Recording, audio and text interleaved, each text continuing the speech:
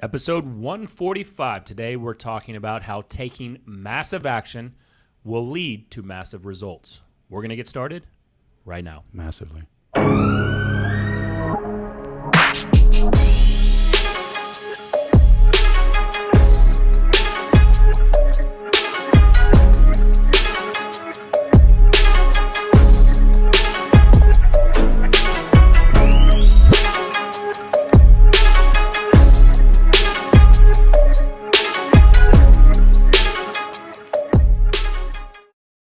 All the time. All the time. All right, episode 145. All the time we are talking about how taking massive action will lead to taking massive results. And so before we get started, what was that?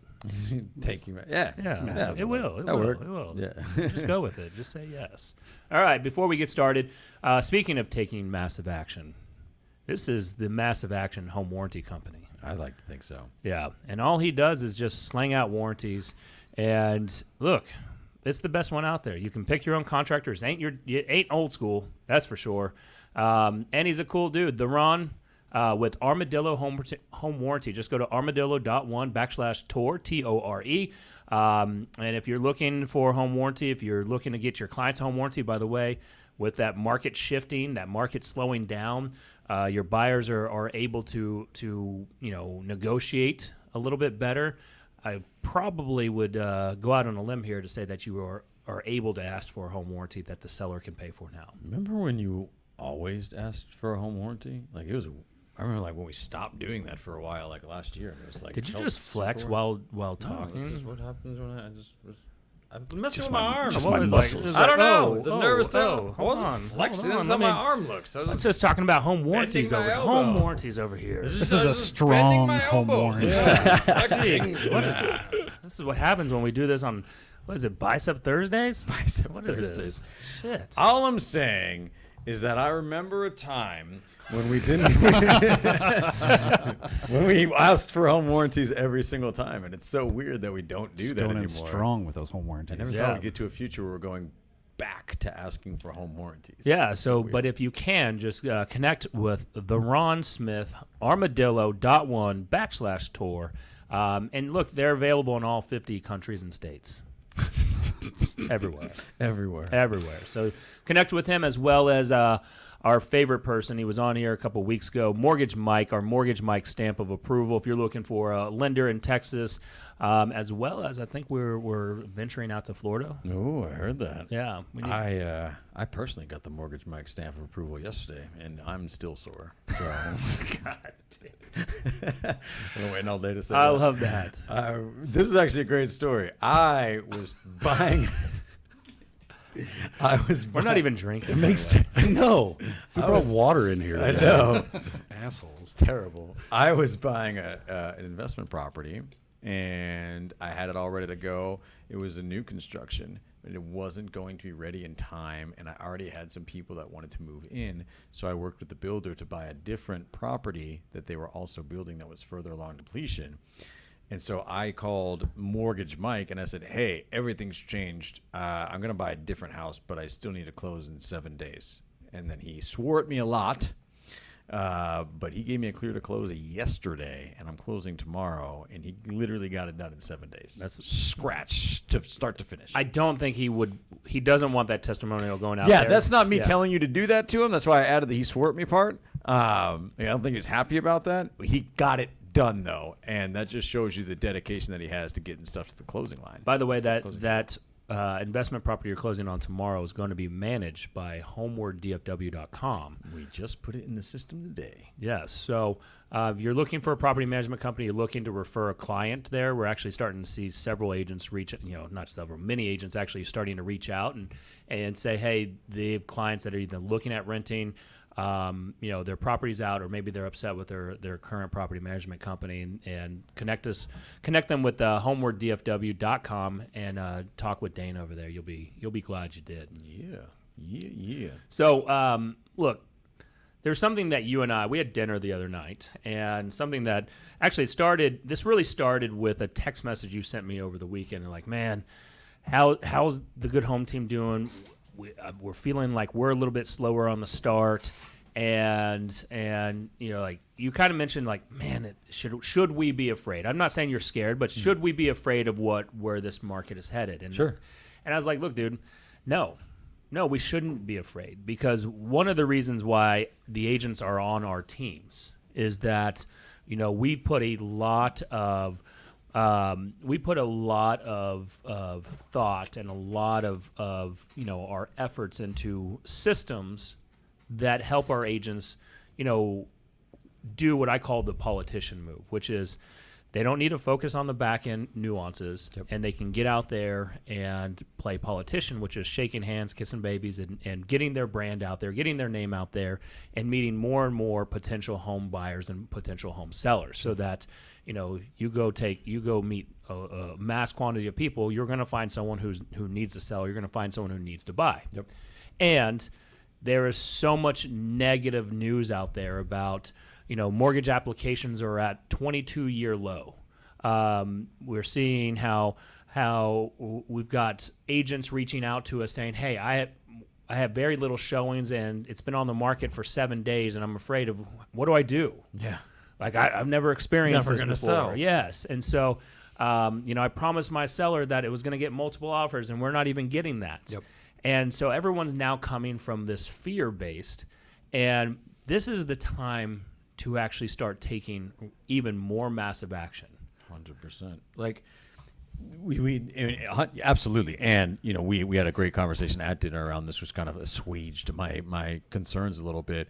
I was having a conversation actually with Dana from Homeward Property Management. Visit homewarddfw.com a little earlier today. And she was commenting on it was just amazing how fast this happened. Where I was like, it's true. It always feels fast. And, I mean, if you watch this show, we've been talking about this since last year, right? We're talking about where prices were headed, where demand was, where inventory was, where wages were, and where affordability was. And we're like, of course this is going to change. It's completely unsustainable. If you did a compound interest calculator and did 26.5% was, I think, the North Texas appreciation in 2021, right?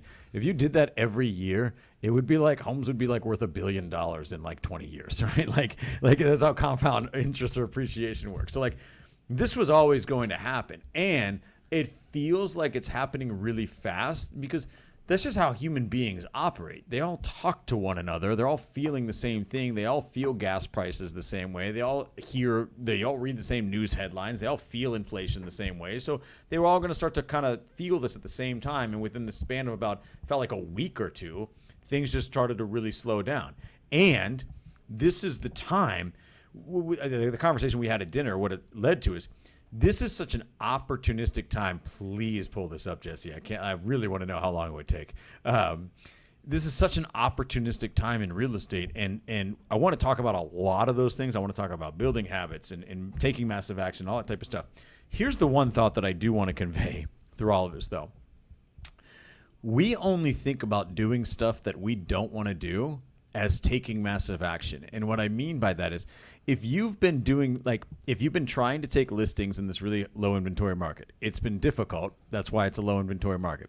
If you've been working with buyers for the last 18 months, what have you been doing? You have been showing exponentially more houses. You've been writing exponentially more offers. Your buyers have been terminating exponentially more often, and you've had to get them back under contract.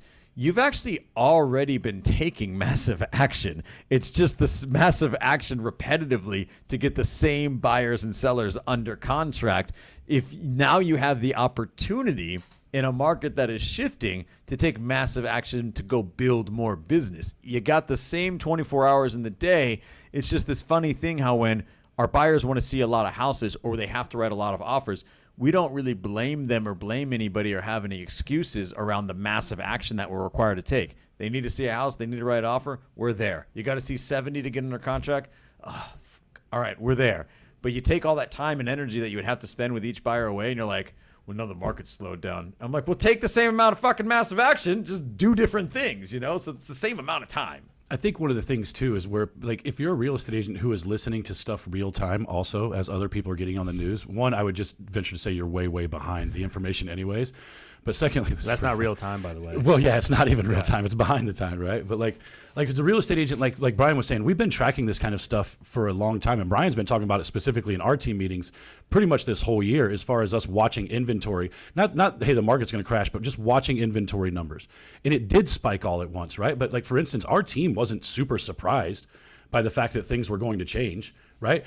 We were feeling already that offers were changing, right? We had a story where I think I told last week a client came in. We were 7 days on market. Some buyer's agent just came in and threw an offer above list price without even calling me to check on anything, right? Like you can also, like Brian said, you can be working way too hard on the wrong stuff, right? That agent could have slowed down a little bit, probably at the very least saved her clients sometimes, if not, or some money, if not time in general, right? So much of this is just agents not really being students of their craft. And I have to admit, if I wasn't part of a team where this information was brought to me, I would be one of those agents. Well, this is not 100% going towards the topic of taking massive action. We got all day.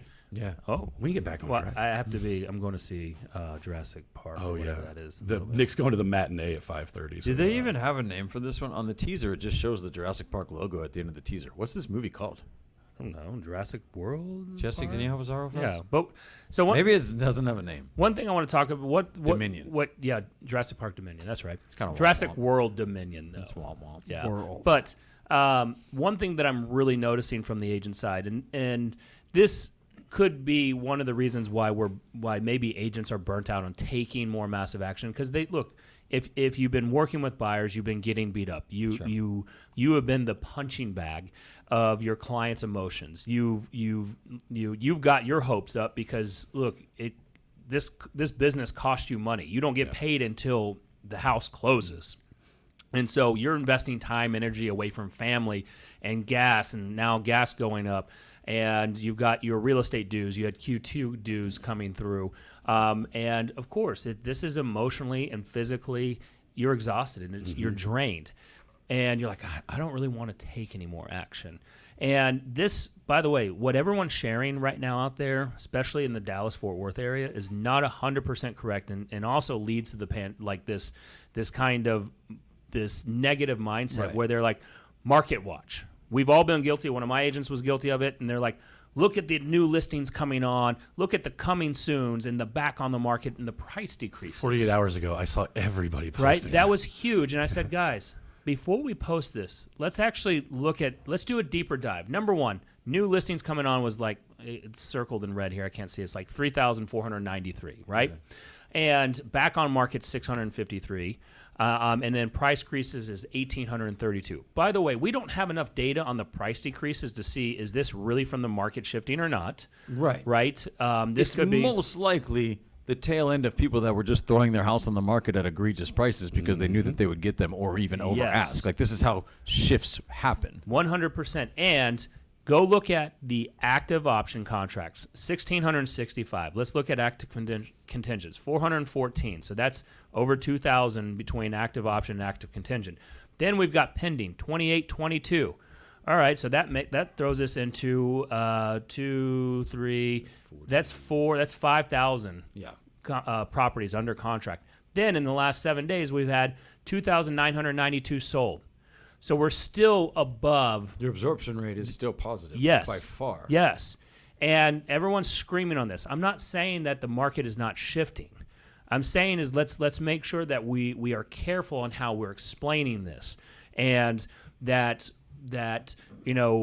you could be actually scaring people into not taking action, by the way, when you post this kind of information. Yeah. Realtors are the worst people to listen to when it comes to the real estate market. And I will say this on a real estate podcast for realtors. Like, y'all are the worst at spreading this type of misinformation. It's like really bad. I don't know if it's like this perverse attraction we have to like being right and like predicting things or whatever, but like real estate agents post some of the dumbest crap when it comes to the real estate market. No, 100%. And now let's talk about where we think this market is headed, and with this economy, and with now we're seeing all the media starting to post, like, again, mortgage applications are at 22 years low. We've got, mortgage interest rates at all-time highs over the last 10 plus years, right? Yeah, We've got we've got homes now sitting for 7 to 14 days, and agents are freaking out. They don't know how to talk to their clients. So from that, let's go into taking action, because what does this mean for you as an agent? And actually, my mom commented on here, maybe it's what's needed for newer agents is a training about what the old days look like. Houses listed for several months, no multiple offers, no bonuses, no buyer bonuses. I mean, I remember back in the day that people, in order to sell houses, they were offering like a 12-month free car lease, luxury car lease, and they were offering free the first 12 months paid for at their country club and pay the initiation fee, right? And so from that, our opportunity now is to go and build your listing inventory, because that is going to grow 100%. Here in the Dallas-Fort Worth area, year over year, our inventory is up now close to, 33%? Something like that. 27 to 33%. Significantly higher. By the way, it's a lot higher because when you start basically from zero, any increase is a huge percentage increase when you start next to nothing. Yeah. And that's what everyone's talking. 37% increase in inventory in the market compared to this time last year. Well, no shit. Yeah, there was next to nothing. Like, come on, guys. Let's be real with how we're talking about these stats. I understand that we're doing this from we're trying to scare people into taking action.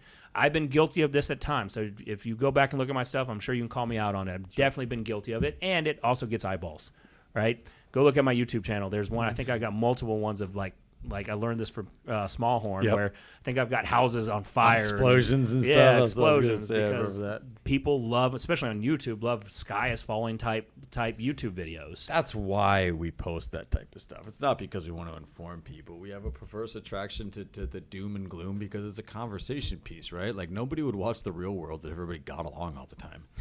It's just not how the world works. It's not how human beings work, right? Yeah. When we talk about taking massive action, though, this is I've been saying this in our team meetings. I've been saying this on this podcast. I've been saying it in my blog for the podcast and stuff like that.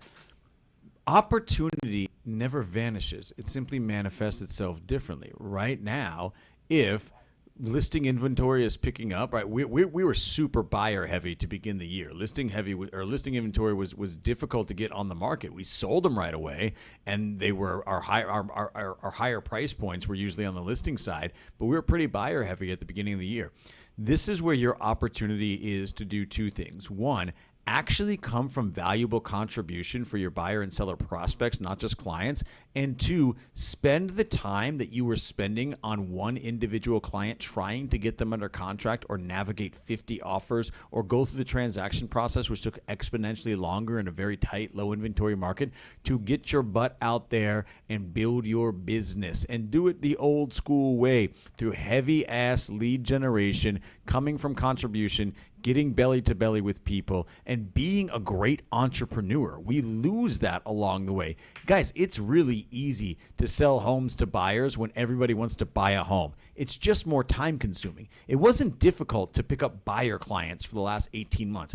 It was difficult to get them under contract. And what happened was we spent so much time getting our buyers under contract, and we had very little time to lead generate at a very high level because we were spending more time per client on every transaction, and we didn't need to lead generate as hard to get more buyers in the pipeline. They were just showing up because the news was telling them, you got to buy, prices are going up, you got to buy or you're going to miss the boat. It was easy to get people in your pipeline. Now you got to spend the time that you were spending before. Now you got to spend that time building your pipeline and lead generating. You're going to have opportunity. Guess what?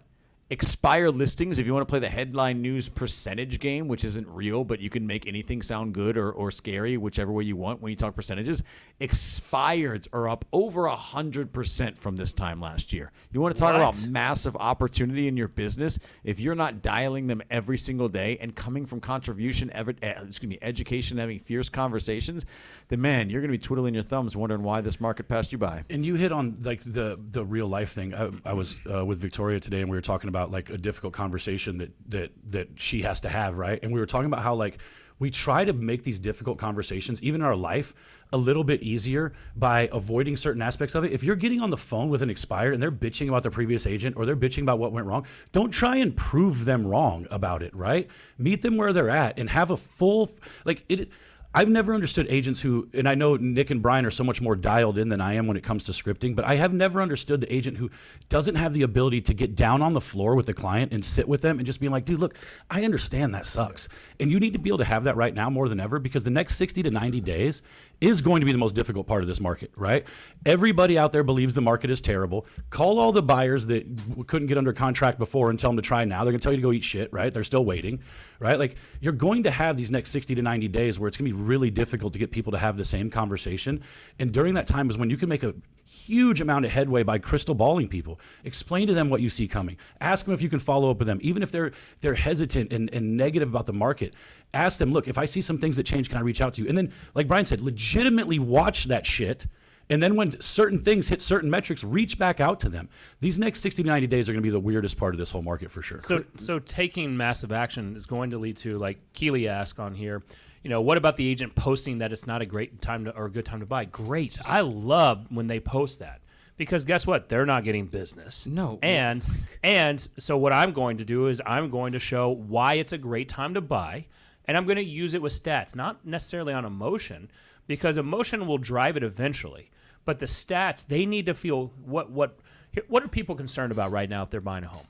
Interest rates and crap and, like and, that. and the market's going to crash. Yes. The house market's going to crash. So a home buyer right now, whether they're old enough to remember actually experiencing the 08 recession and losing money, or just going through that time period if they were working or whatever, they've just heard the horror stories, most likely, how people were getting foreclosed on. You couldn't sell a house, that home values were just dropping like this with no end in sight, and that didn't really happen that much here locally. And if you stayed in your home, you came out the other side, you actually did a lot better than when you probably purchased in 2005, 2006. Yeah. And most homeowners are staying in their house 7+ years. Mm-hmm. The average recession, by the way, if and when we go into that recession, lasts less than 18 months. It's 18 months is usually the max. Yes. Is about. So, great. I want those agents saying don't buy a house, because guess what? They're not getting the business, and I will. Here's the thing is, their message is no more broad than your message is. This goes back to the reason we can't affect the market positively, right? Like, I only have 1 degree of Matt Kelderman to really reach, right? Like, the reality is most real estate agents are just not influencers, and even the ones who think they are fucking are not. You mean right? they're not sharing your don't buy a house post? Yeah, they're not sharing all my posts, right? I get more shares when I do stupid crap in the office, like with trending audio. But they care more about that. But my whole point being is, like, that agent doesn't have the ability to influence anything, honestly, other than their own income. So I'd say to Keely, like I agree with Nick, allow that agent to go out there. Sure, they're spreading some misinformation, and they are right for some people. Anybody who comes to me and says, hey, my agent or my brother or somebody just said it's not a right time to buy, I'm going to think in my head first off and try and convey this more politely. What kind of arrogant ass thinks he understands what 330 million people need to be doing at the exact same time? Yeah, How it's can not you the just right time for definitively who? say that it's not the right time to buy a house? For who? Based off Yeah, what? You know who it's not the right time to buy a house for? People that don't need houses. That's the only reason to buy a house. Like, what are we talking about? Yes. It's like, it's just, this is the misinformation. What is the right time to buy a house? The only time it would be the wrong time to buy a house is if you plan on selling that house in less than 3 years and interest rates are significantly higher than they were in let's just say 3 years ago, right? If I was borrowing at a 10% interest rate, I had no inclination to keep the house more than 3 years, and then I was going to turn around and sell it. Yeah, I shouldn't be buying a house anyway. I shouldn't really be buying in any environment. Or if you're cash strapped, like look, Or if you are struggling to make ends meet right now, Sure. more than likely you probably shouldn't go and buy a house. That's not really the time to buy a house. That's your financial situation, right? It's not the right time for you, right? Do you need a house? Does it fit this chapter in your life, and can you afford it? Perfect. Then it's time to buy a house, right? Homesteads are a long-term investment. And things change in the future. Appreciation goes up and down. It averages around 5% historically. Mortgage rates go up and down, which means you have the ability to refinance in the future if they are too high when you lock them in. Let me ask you, Brian. You're not just predicting right now. You're trying to predict the next however many years if you're saying it's a bad time to buy. That's dumb. And maybe, look, I'm going to ask you this because I assume you research everything. And you probably haven't researched this one, but when did it come in, and is this real estate agent's fault for really pushing and saying that a primary homestead resident should be actually 100% seen as an investment. Like, when did real estate agents start pushing Well, that just narrative? in general, because look, I mean, is there if you need a place to live, right? So I if would you were say buying that a rental property, narrative was probably pushed by things like the Glass-Steagall Act, when investment banks could also become consumer banks, and that's really what led to the mortgage boom. probably so. I knew you would at least have something tied to And that. that's right, but it also goes to kind of what Keely was saying, right? Like, sure, she had a lot of comments, and let's say 1,000 comments, right? There's still 3,000 homes listed last week, right? And you have Brian over here talking about actual things like the Glass-Steagall Act, and I'm just as convinced that neither of them can change anybody's mind, because Brian's going to go over their head. She's just going to reinforce crap that people already think anyways. You know what I mean? Like, it's just, to speak to that point about agents being out there trying to affect the market, I say this good and bad. If you're the type of person who think real estate agents can affect the price of homes, you're wrong, positively or negatively, right? It's just not how that works, right? Well, and maybe we have to start putting out a narrative and a message again that your homesteaded primary residence, while it could be a great investment tool, and again, I've been guilty of this, by the way, so this is speaking out of both sides of the mouth, that you'd still need a place to live. Yes. Right? Regardless if you saw this as an investment or not, you're going to have to go somewhere. You're either going to have to buy or rent or live with your parents, live at your or crash on your friends' couches. Sure. So there's I didn't mean to interrupt you, but what if that was the narrative? What if we spent as much time talking about rents getting pushed and how it was such a terrible time to rent an apartment? Yeah, I mean, what are rents up year over year nationwide, Jesse? I mean, it got to be it's 14, 15, 16%, right? I think it's over 30%. In the last year? It's a the lot, last couple of man. years, last couple of Last years. year in Dallas, I think it's over 20%. Yeah, rent increase nationwide or something. Like, yeah, okay, there we go. Wow, monthly look at average rent prices trends across the United States. Yeah, see, look at that. So Dude, 26 and 25%. national average for a 2-bedroom year over year. I'm sorry, 1-bedroom, a national average year over year change. 26.5%. Average national increase for homes, 19%. What if we all spent more time saying, man, it's such a terrible time to rent an apartment. It's 26% more expensive than it was last year. This is how fucking stupid headlines are. Yeah. Sorry for my language, No, but podcast. How is Garland on there? Garland Wow. is after Huntington Beach. I want you guys to hear this list of 1-bedroom city average rent prices and their increase. It goes OKC, Austin, Long Beach, Jersey City, Nashville, Huntington Beach, Garland, Texas. By the way, Tacoma, New York, and then Little Rock. but you didn't show Garland is up 46.1%. 46.1% year over year. And in look, one bedroom. this is a Garland kid talking too. Like, that is insane to me. And this is one of those things that I've said about Garland. I hope I don't get myself in trouble with this.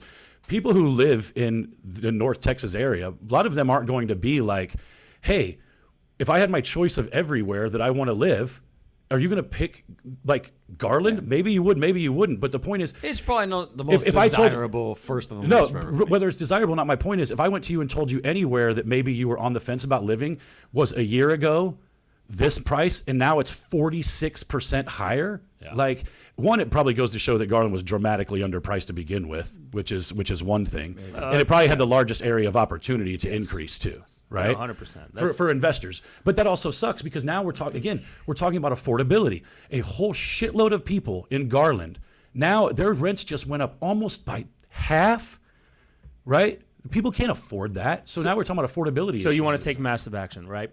Oh yeah, that's what the show's about. Yeah, right. So you want to let's learn how to take action off of this.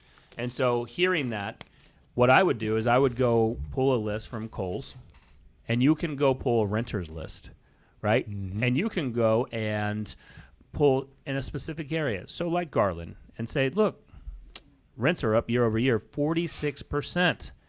Guess what? If you were to buy a home, that home price, you would have been building equity. So yes, I am going to go back to that investment, a little bit analogy talk, but this also means you can control what your monthly payments are going to be. You know typically year over year what your mortgage is going to be versus, can you tell me what you think your rent's going to be in the next 12 months? Yeah. Probably not. I mean, I'm seeing TikToks that are going viral of people in Austin where their rents have went from like I saw one where a person's rent went from 112%. it went from $2,000 to $3,300. 112%, 112.5% on average in Austin. Unbelievable. So let me ask you this, Nick. What do you think goes down first? What drops first? Asset prices or rents? In a downtime, I would just say in this particular market, my thought is if you are a landlord and you locked in a certain you locked in a certain price for your asset, and your debt coverage ratio has got to be what it's got to be for you to make money. What goes down first? Your asset when you try to and you are inclined to liquidate, or rents? My thought is that asset prices are going to level out a lot faster than rents are going to level out. For sure. Well, that's definitely, look, rents are going to be the lagging indicator, because you've got those leases are tied up where you're looking at asset numbers, you're looking at values based on typically last 30, 60, 90 days. Yeah. So you're right. The value pricing is going to probably level out and drop a little bit. Sure. My concern if I were a landlord right now, and I've been reaching out to a lot of them because I have quite a few of them, and this is something I get really, really concerned with, is that if you don't have enough cash flow coming in, or if you're not liquid enough, where we could see a potential problem and an opportunity for real estate agents to come in and help solve that problem is landlords are going to be hit with a tax bill that's not going to cover what they're getting in rent typically. Yeah. Right? And from that, there's a couple of things that can happen. One, you can just pay it and take the loss, and you're going to write it off on your taxes. So that's a good little, tax break there. And then hopefully figure out what you're going to do by either raising rents to that same renter when their lease comes up for renewal, or you go into the open market and go find a new tenant. Now, what you may have to do when you go find a new tenant, you have to make your property, you have to do a make ready on the property. So now, not only are you having to pay more in property taxes, more than likely your insurance went up a little bit too, by the way. Probably. Not many people talk about that part. Now you got to spend, let's call it what would you say, $3,000? Yeah, that's probably a good range. $3,000. I would go maybe $5,000, but we'll go with the low number of $3,000 to get your property and make ready and make it presentable, make it sexy enough to go put it on the market to go attract that next renter at a higher rental price. So now, not only are you in the hole from your property taxes, now you have to make up for that make ready. Yep. Then guess what? You get to do it all over again, because property taxes are going to come back out, in less than 12 months again, and then it's going to most likely go up right now. Yeah, exactly. And so, I think if I'm going to take massive action, I'm going to go build a great relationship with a lot of landlords, especially people that have less than 3.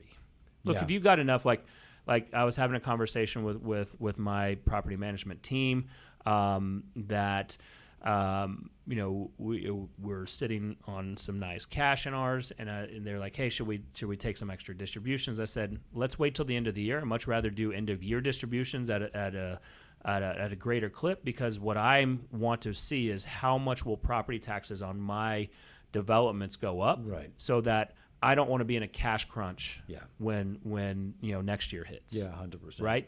And so most small landlords are going to, unfortunately, maybe experience a cash crunch there. It's a great demographic to go after, right? You're going after the people that are going to need you the most, and this is kind of the crux of the conversation that we're trying to have is you've got to take massive action. I think massive action starts with understanding where your opportunity is.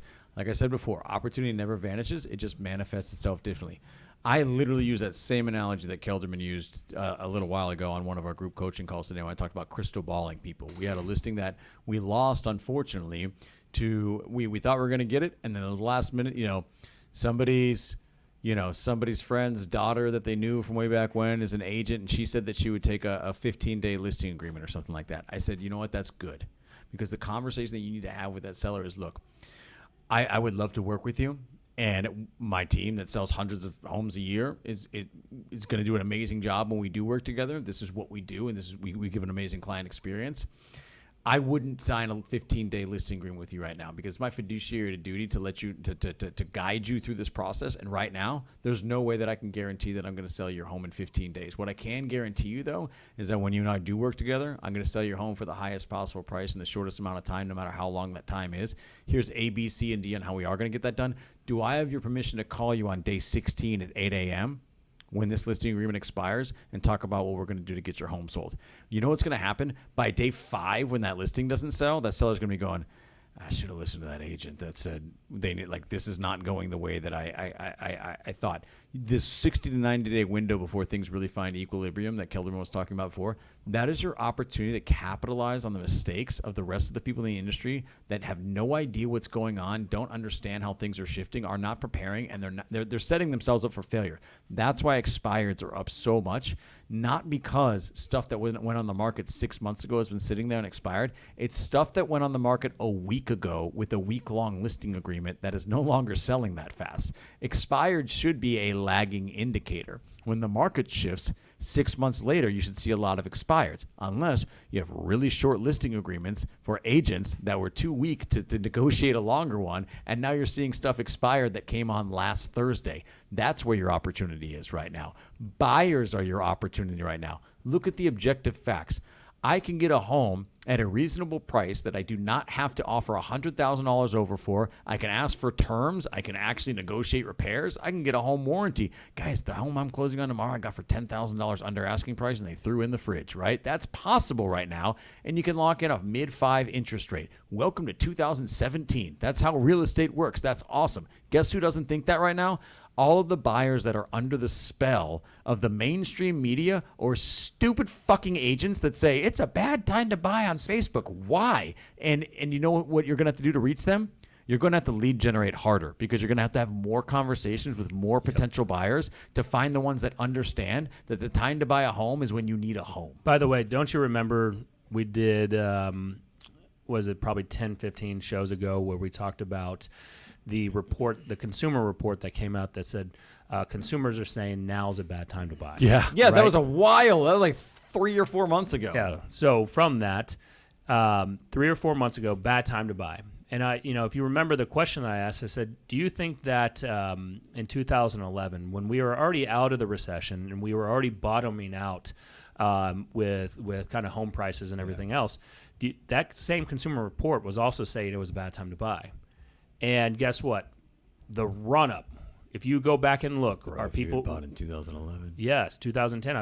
Austin and I bought several properties 2010, 2011 that, in fact, we bought 10 properties that we sold that group of 10 that netted us, at the end of the day, well over 7 figures when we sold those and put that into something else. And so, but people back then were saying it's a bad time to buy. That's just usually when it's a good time to buy. Just like right now. And so if I'm going to take massive action, my massive action is there's 2 things. One, I like to cold call, right? Whatever it is, cold call and send text, that's fine. If that's not you, because there's a lot of you out there that won't do it. They'll just, they'd rather just go apply for a job and get out of the industry. And that's fine. Maybe you should go. But if that's not you, then you know what I would be doing right now? I'd be doing a video every single day, and I would be bringing up this consumer report saying, hey, by the way, 4 or 5 months ago, 6 months ago, this report came out that said it was a bad time to buy. Why do you think they're saying that? They're saying that because prices were going up. They're saying that because interest rates were going up. They were saying that because there was multiple offers and they couldn't win and there was no inventory, blah, blah, blah.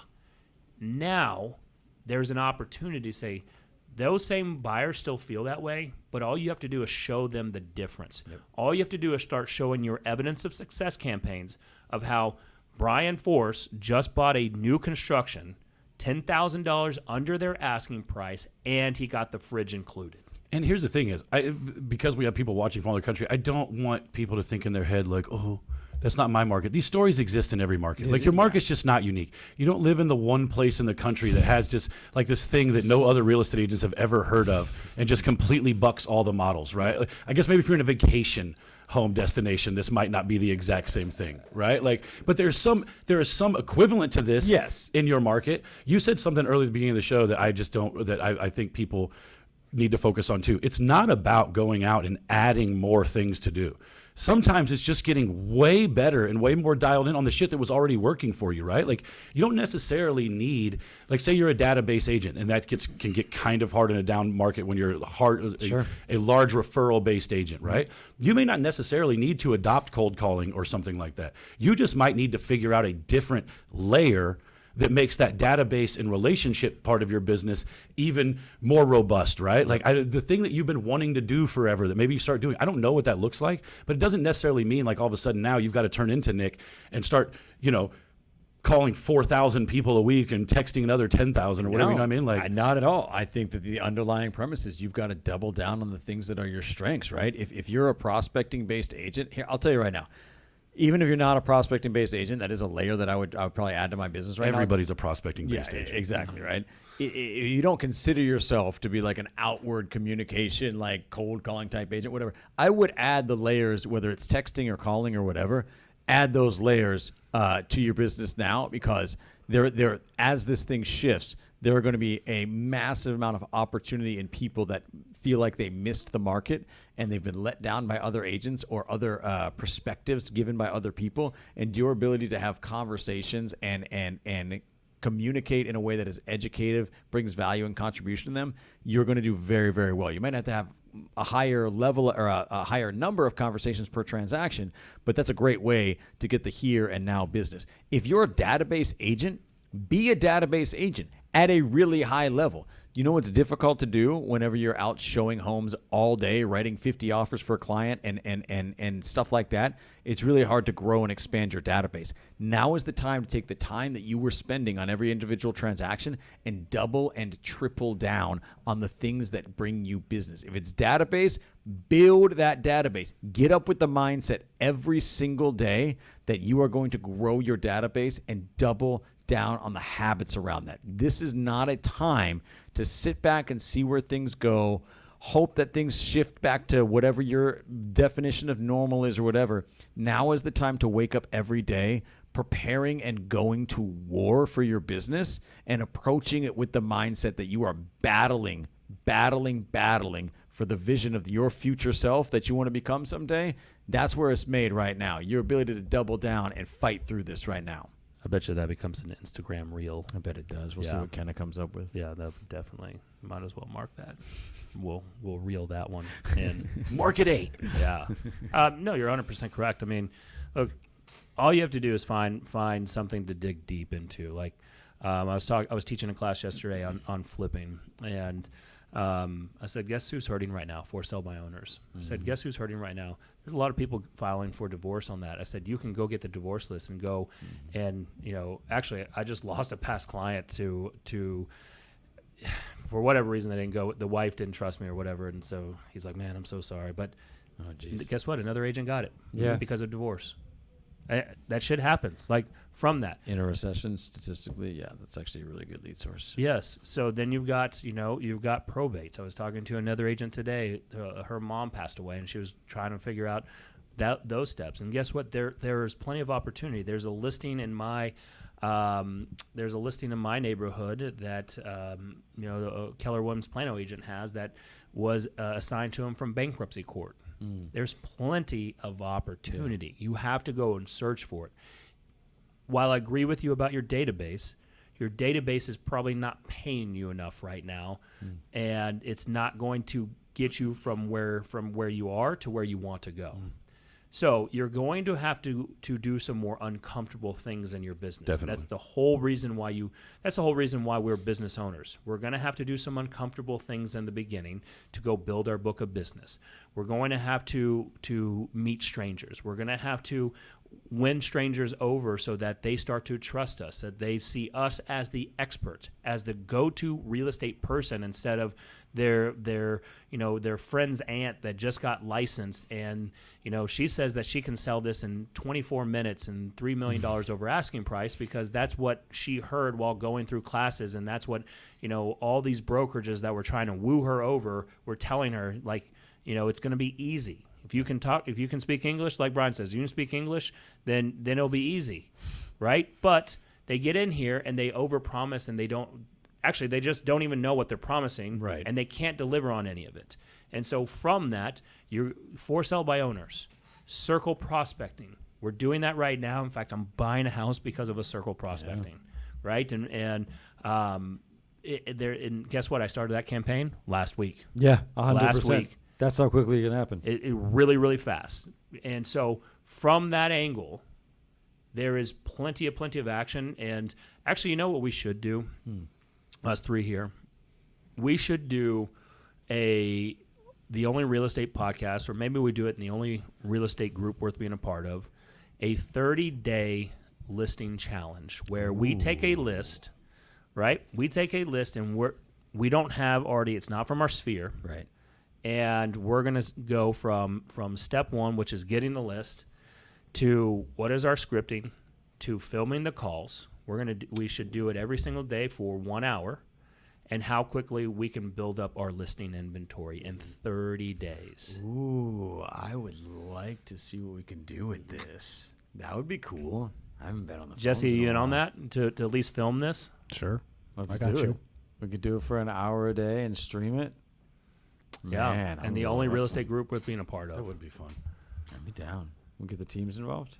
No, just us No, right just now. us. Okay. No, because this proves to the teams. This proves to the Okay. agents out there. This proves, one, honestly, why they should join Live In and the Good Home Team. And honestly, I like that. From the side standpoint too, I don't see it too much. We get a lot of love on this, so I don't see it. But I do think there's some people who are like, oh, those guys got teams or whatever. Dude, we do this. Yeah. Like we're doing this, so Dude, we'll just get on here. Guess and what? do- I'm selling a house right now. Yeah. It just got extended to June 22nd. I just executed a listing agreement, listing contract on a tear down and prosper. Nice. Like I sold a house last month and the month before. It's all there. Yeah. Right. Yeah. It's all there. So I say if we were doing the teams and stuff, they'd be like, oh, the teams or whatever. It's like, no, dude, it's just three of us. Like anybody can go out and do the same shit. All right, let's do it. I'm down. yeah. Start I on think that'd be Monday. fun. Well, we got to do 30 days. Can we do 30 days on? I don't think we do. How Well, do we do this? Well, let's figure out when We'll our figure the schedules logistics match out. up. Yeah. Okay. And we need to start seeing the only real estate group worth being a part of on Facebook really get back engaged, really grow. Yeah. Look, we've been absentee fathers on that That one. is super for true. sure. This would be a good way to get I blame everybody back Kelderman. engaged. I know.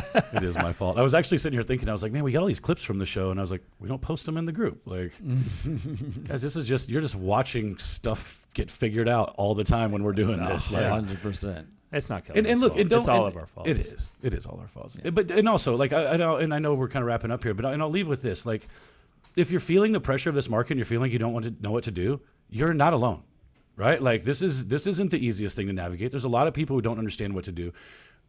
What will be your fault is doing absolutely nothing about it, right? Yeah. You're allowed to be confused.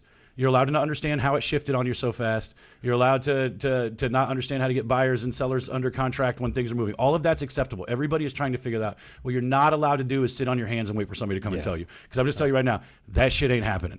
Nobody cares about your business as much as you do. And if you're waiting for anybody to physically row their boat up next to yours, tie it up, and drag you to shore, you're shit out of luck.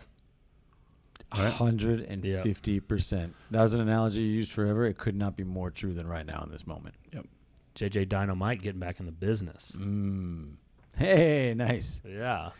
I don't know. I don't know where I'd fall down on that, right? Like, and not to JJ, right? But I mean, I'm just gonna have an honest conversation because I was talking to somebody about this the other day. Just somebody gave me a stat on how many people are currently in the licensing process nationwide. It's fucking bananas. No, it's nuts. It's like an insane amount, right? Because everybody's hearing how great this market is, and Yeah. and perpetually, right? We're watching television, and real estate's easy, and Right. real estate's not hard. And oh, look, Frederick from is gonna make $400,000 on that deal because Yeah, they popped it up on yeah. the screen, and it only took him 30 minutes. The show's only 30 minutes long. But do you right? know Like- how many kicks he had to do to get to that 400,000? Yes, exactly. Little high kicks. or Yeah. whatever. But it's not. Here's the thing: is like taking all of the HGTV and Bravo absurdity out of it, and even what you hear about the market and all of the run up. Like, guys, selling a couple houses a month is not easy. Whether you're on a team, whether you're doing it by yourself, No. it's a difficult task. The things that you have to do in order to have a business like that.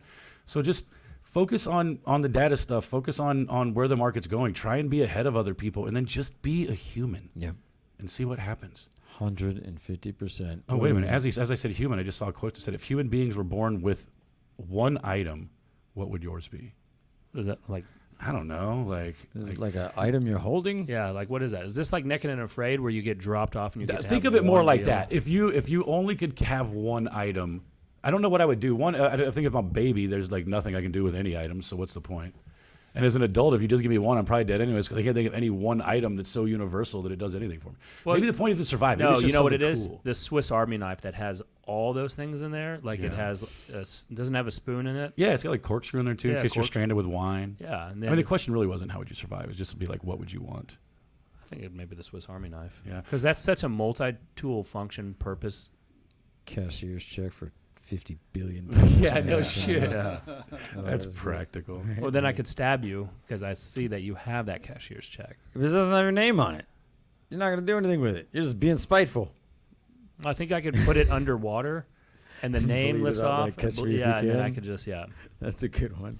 What else do we have in here? Oh my god! If you could, this drives me crazy. If you could instantly get a PhD in one topic, what would you choose? The reason that drives me crazy is because you ever met a person who can't stop talking about how they have a PhD, but you're like, but it's only in the one thing. I think Ross Geller started this. And then Yes, it just it's became a yeah. bit. PhD is every good as an MD. Is every bit as Yeah, good as it's an the MD. same It's thing. really not. Oh, dude, I am psychic today. Then Jesse rolls past the question, says if you could rate the Friends cast from best to worst, what would your list look like? Ooh, that's a good one. If you is. could rate the Friends, Nick, are you going to be able to do this? Nick doesn't care at all about the Friends cast. Jennifer Aniston is probably not my number one. It's probably not your number one. No, she is. Oh, okay. But as a just Yeah, that's for who all I the know. Well, obvious she's reasons, yeah. beautiful for Yeah. sure. Yeah. What do you? Okay, if you had to legitimately rate the Friends cast best to worst, But what I can do that. I can do this. But so why? easy. Like, what are we rating them Just based who? on? I what? mean, like, just okay, who I would so want to let's spend time find- around for whatever reason. all right, let's let him see, and then I'll see if mine matches maybe. I mean, it goes Jennifer Aniston, Lisa Kudrow, Matthew LeBlanc, Okay. and then literally the other three can all just go rot. Why would you put? Phoebe I put second? Chandler at 4. Phoebe's legitimately the funniest person on the entire show. I think she has her moments. If we're talking about like rate them as people we'd hang out with, she's she's such a herself all the time. She's super unreliable. She's funny, but she's not somebody I can count on for anything. That's why I want to hang out with her. I would rather hang out with Chandler than Oh, Phoebe. Jeff said See, Chandler, Chandler's- Phoebe, Rachel, Joey, Ross, Monica. Chandler's bit just never landed on me. Yeah. I like the one that Jesse just showed. If you had to Yeah, wear what's that? one item of clothing for the rest of your life, what would it be? Nick's black polo. That's right. I think that one was pretty easy. Think about that. That's actually a really complicated question. If you had to wear one item of clothing for the rest of your life, what would it be? Shorts. And I think to add to that, this should be the addendum that like you don't get to explain why you're wearing this one item of clothing. So you got to think this through. Like you're probably going to go to weddings at some point in your life. You're going to So I was thinking go. about the weather aspect of it. Yeah, True. like You know- it can't just be fucking. Mine would be Like- those pants that also you can zip into shorts. Nice. Yeah. Breakaway. This is No, no Well, breakaways. so the breakaways, problem yeah. with breakaways is that you're just ripping them all off. It's true. So there's Or somebody else rips them off you. well, yes. If yeah. we have to take weather into this, I just get a pair of coveralls. But then in the summer when it's hot, I LL Cool J the legs and I Yes. take the top Full off of and tie it around my waist. yeah, all right. That'd be good. Some orange coveralls. So I'm ready to go for anything. I would have to wear like a tearaway suit. So like if it's Like an actual basketball like tearaway no, suit? yeah, Like, I 'cause that'd think be they make sweet. those. Jesse, do they make Yeah, tearaway I suits? think they do. Like, 100%. Google like tearaway formal suit. Like tearaways. Yeah, there it is. Tearaway suit. There it is. Yeah, see? Yeah. Okay. So like this. It's like a Halloween bit. And It's yeah. Look at the images though. It's very Magic Mike. It is super Magic Mike. It would be That's like the a thing stripper is- one. It's Okay. 100% what it Yeah, I is. mean, I could get a real one made, but like a breakaway suit, because I mean, I feel like a suit is pretty much acceptable anywhere. And if it's the one thing I ever get to wear, I'm never going to be underdressed. Nobody wants. You can explain why you're overdressed. If I show up and I'm way too dressed up, I'm gonna be like, I have a thing after this. I'm so sorry. That's why I came to this baseball game in this tuxedo. But if I come to a wedding in a fucking Foo Fighters t-shirt, people are gonna be really upset with me. So I feel like you can always explain down. You can't explain up. You're like, sorry, I ruined your special Maybe. day. I think that just depends on where you come from. Because if I think I started showing up places in suits, people would be like, "What in the fuck is happening?" Yeah, that's true. Like, where's your shorts? Yeah, exactly. They would ask Brian, "Where's your Wu-Tang?" Or they would ask, "Where's your Wu-Tang?" shirt?" Exactly. There is one part of your body that could just be ridiculous. What would it be? Jesus. Not that, because I just don't think it's that useful. If we're just talking muscles, I'd want my back to be like yoked, like those side back muscles, right? Like not absurd, but just like dudes who. I remember one time they used to do this thing called off with the helmets, and I put my arm around the old nose tackle for the Dallas Cowboys, Jay. Novacek. No, No, he the wasn't defensive nose tackle. tackle. Defensive tackle. Oh. Anyway, it doesn't matter. But I put my arm around him, and literally, like all the way up to my third knuckle went into his spinal column because the muscles yeah. were so So big. huge around it. Yeah. It was like if I was grabbing a suitcase. Like my hand just Yeah. went in there like that, and I was like, Jesus. I think that'd be a good one. I think that if it's ridiculous, I wouldn't want it to be something like arms or something, because you've seen dudes that their arms are so big. Oh, like those guys who like inject the silicone in yeah, themselves. it's like- not. It's creepy, dude. looks We're like, that's insane. not even useful. You can't reach stuff. If I was gonna have one body part, I think your chest makes everything else look bigger and in better shape. So if I had like a really Jay Ratliff, that's right. Jay yeah. Ratliff, thank you. Yeah. It'd be like chest is really like big, because that always is that kind of. What about your traps? Yeah, I think it's all core. I think it's all like waist to neck for dudes. Yeah, right? I Like, think so. Yeah, I don't want it the legs. That's why I Yeah. don't do leg day. I know. I wouldn't mind. I wouldn't can mind tell. having my quads a little more Would yours be? jacked. I have But good beard. quads. That's why he wears the baggy jeans all the time. Exactly. I know. He's actually got pencil legs under there. Nobody's ever It's seen. not true, and I've seen him do squats. It's ridiculous. I asked Nick the other day. We're having such a bro conversation. I don't know why at all. I was like, "What are you benching right now?" He's like, "Well, I warm up at like 265." What? It's just like, "This is what my trainer's telling me to do." I'm like, what are you? He just throws it on there. I don't That was know. a joke for a second. I was Oh. like, "You warm up with that?" Oh. Like, yeah. He's like, "I don't want to hurt myself." Actually, I do want to. Actually, I do need to bring something up. Yeah.